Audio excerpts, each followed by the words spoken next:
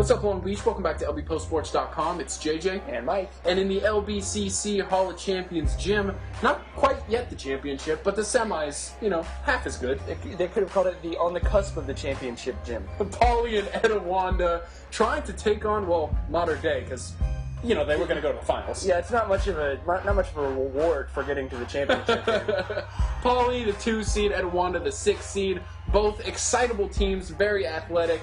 Namely, that guy, number 25, Byron Wesley, and this man, the big man in the middle for the Jackrabbits, going to need a big game, Ryan Anderson. But in the beginning, 2 for 2 on his last 2 3-pointers. That's how Alex is. Yeah, his last one sent them into this game at the last second, so maybe a little more momentous. But Rashawn Prince is a freshman.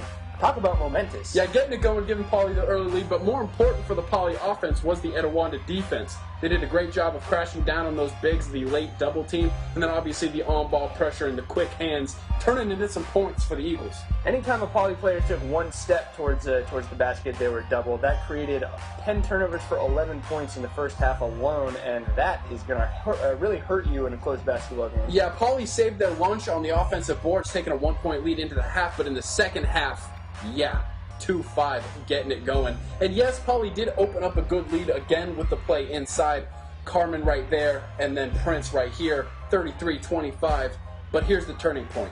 A jumper, and then a foul, inexplicably offensive charging right there. And then the other way, goaltending, and then Wesley with 2. That's an 8-point swing that ties the ball game. And then Wesley was just off and running. When he had an open look, it was going in. Yeah, he really did everything you'd want a player like that to do. We've seen this time and time again in the CIF playoffs. Prince with 2 points right there, 14 and 10 for him, but it wasn't enough to keep pace with Wesley.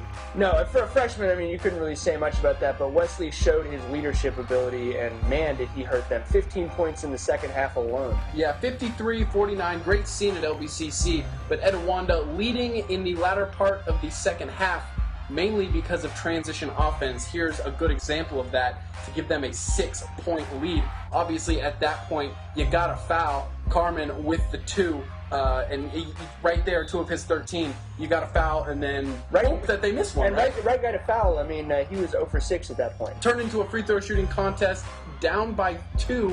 They miss 1, which is exactly what they need. Paulie down by 3 with 5 seconds left. Give it to Prince. Just short. 2 inches short. Basketball. Heartbreaking. You know what? It was a close game all the way. You knew it was going to come down to a last shot. It did. Etiwanda just 3 points better. 58-55.